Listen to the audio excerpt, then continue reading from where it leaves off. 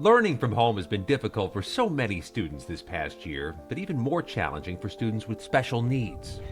Claudia Fennell has seen the change in her 7-year-old daughter, Penelope. She communicates in fewer ways than she did before, and just her overall physical stamina is much less. Penelope requires one-on-one support in the classroom, something she's not able to get full-time at home. Any concern that this year away from school and the trauma we're all feeling might exacerbate some of her challenges?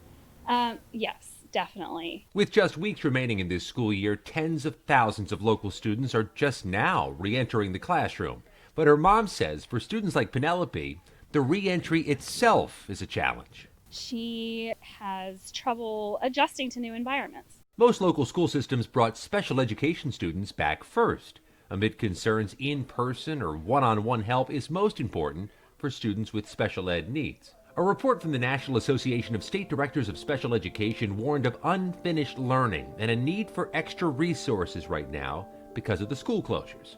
Shoko Brown is a school psychologist in Leesburg. Isolation has been difficult for a lot of kids, particularly with kids with disabilities. But the pandemic also exposed a vulnerability inside our local school buildings. We found an acute shortage of special education teachers, and we found local communities experimenting with ways to either train or retain them. The I-Team found internal reports from the Virginia Department of Education, the Maryland State Department of Education, and D.C. education officials showing a critical shortage of special ed teachers. And a 2020 U.S. Department of Education report warned personnel shortages and inadequately trained teachers in special education are among the most pressing and chronic problems facing the field.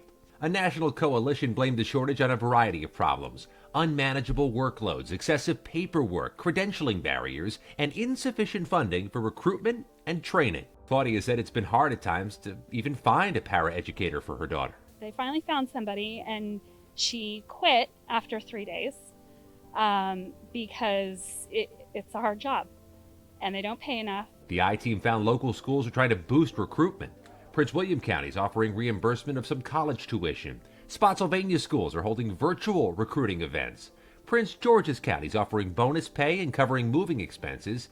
And using state grant money, Bowie State University is helping part-time employees in Howard County schools get their bachelor's and their teaching certificates at no cost. That's how Martha Torres Gutierrez was able to get certified and land a full-time teaching job. The mascot is an eagle. She's now a special education teacher at Lake Elkhorn Middle. It's really rewarding.